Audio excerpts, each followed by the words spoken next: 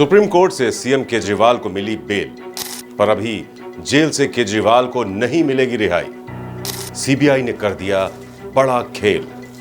दिल्ली के मुख्यमंत्री अरविंद केजरीवाल को सुप्रीम कोर्ट से बड़ी राहत मिली है। दिल्ली एक्साइज पॉलिसी केस में ईडी की गिरफ्तारी वाले मामले में केजरीवाल को जमानत मिल गई है। देश की सबसे बड़ी अदालत ने उन्हें अंतरिम जमानत दी है। इसके साथ ही कोर्ट ने मामले को बड़ी बेंच यानी 3 जजों की पीठ के सामने भेज दिया है, ताकि वो ये तय कर सके कि क्या prevention of money laundering act के सेक्शन 19 की एक शर्त के तौर पर गिरफ्तारी की जरूरत है या नहीं। लेकिन जमानत मिलने के बाद भी केजरीवाल को रिहाई मिल नहीं पाएगी।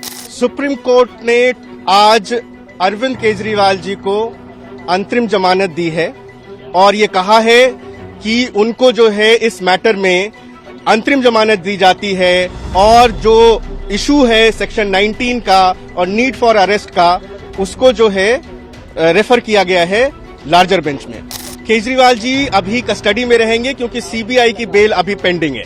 The CBI bail is still pending, so until or unless he was granted bail in that, he will remain in custody till that time. This is a victory, this is a great judgment and it is a very historical judgment. तो साफ है कि भले ही अरविंद केजरीवाल को money laundering मामले में supreme court से अंतरिम जमानत मिल गई हो, लेकिन वो अभी जेल से बाहर नहीं आने वाले। और ऐसा इसलिए क्योंकि केजरीवाल को अभी 25 जून को ही शराब नीति में घोटाले को लेकर सीबीआई ने गिरफ्तार किया था।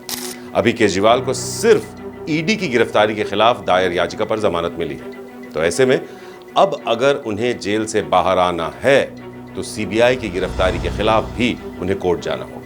हालांकि सुप्रीम कोर्ट ने जमानत देते हुए कई जरूरी बातें भी कही। सुप्रीम कोर्ट ने यह कहा कि यह जीवन के अधिकार का सवाल है और क्योंकि मामला बड़ी बेंच को भेजा गया है, इसलिए हम अरविंद केजरीवाल को अंतरिम जमानत पर रिहा करने का निर्देश देते हैं। कोर्ट ने कहा कि अरविंद केजरीवाल 90 दिन से ज्यादा वक्त तक जेल में बंद है। वो एक निर्वाचित नेता हैं और अब ये उन पर निर्भर करता है कि वो इस पद पर बने रहना चाहते हैं या नहीं।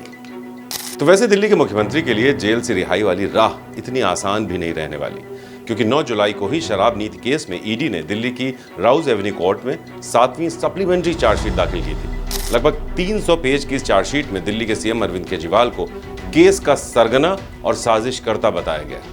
तो चार्जशीट में पूरे डिटेल्स के साथ बताया गया है कि कैसे स्कैम से मिली रकम को आम आदमी पार्टी ने साल 2002 में गोवा में चुनाव प्रचार में खर्च किया।